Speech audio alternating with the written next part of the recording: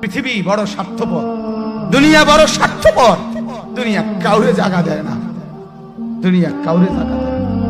এত মজবুত ফাইলিং করে যেই বিল্ডিং বানাইলাম, দুনিয়া তারে থাকতে দেয় না। যা বেটা যা, যা তুই লাথি দিয়া বাড়ি করে যা, কবরে যা, কবরে যা। দুনিয়া কাউরে থাকতে দেয়।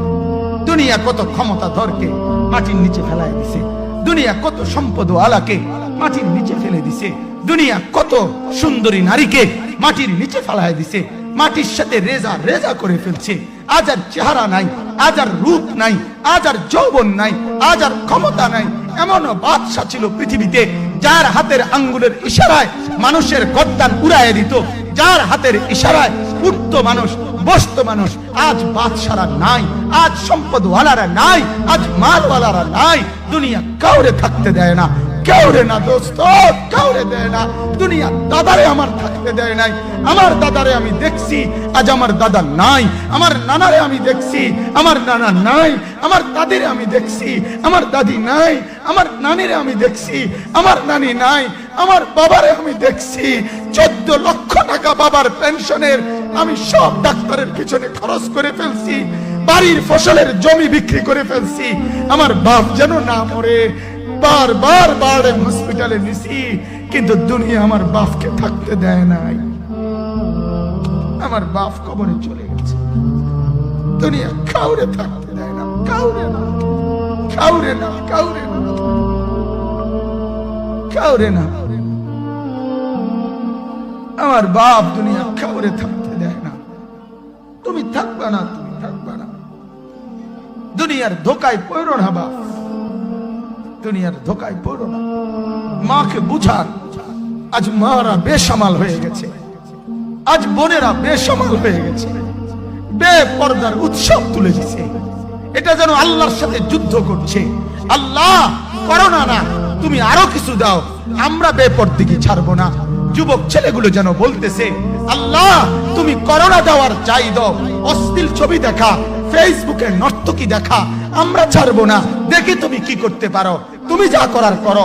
দোকানদার ব্যবসায়ীরা হারামের লেনদেন করা বন্ধ করছে না, সুদখোর সুদ ছাড়ছে না, ঘুষখোর ঘুষ ছাড়ছে না, নাফরমান আর জিনাকার ব্যভিচারী এরা কেউ কিছু ছাড়ছে না। বেহায়ার বেপর্দা নারী তার অশ্লীলতার বেহায়াপনা ছাড়ছে না। মুসলমান তার ঘরে টেলিভিশনের নর্তকীর আওয়াজ তো বন্ধ করছে না। হায় করোনা কিভাবে যাবে, আযাব কিভাবে যাবে বলেন, বলেন, বলেন আপনারা।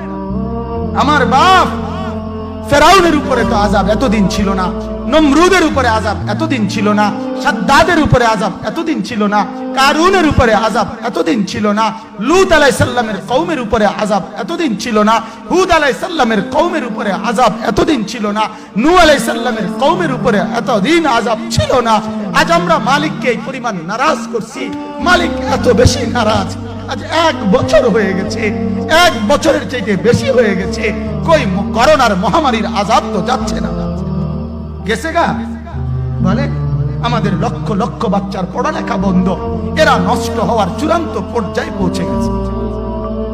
মোবাইল এদেরকে শেষ করে দিছে। লক্ষ লক্ষ ছেলে।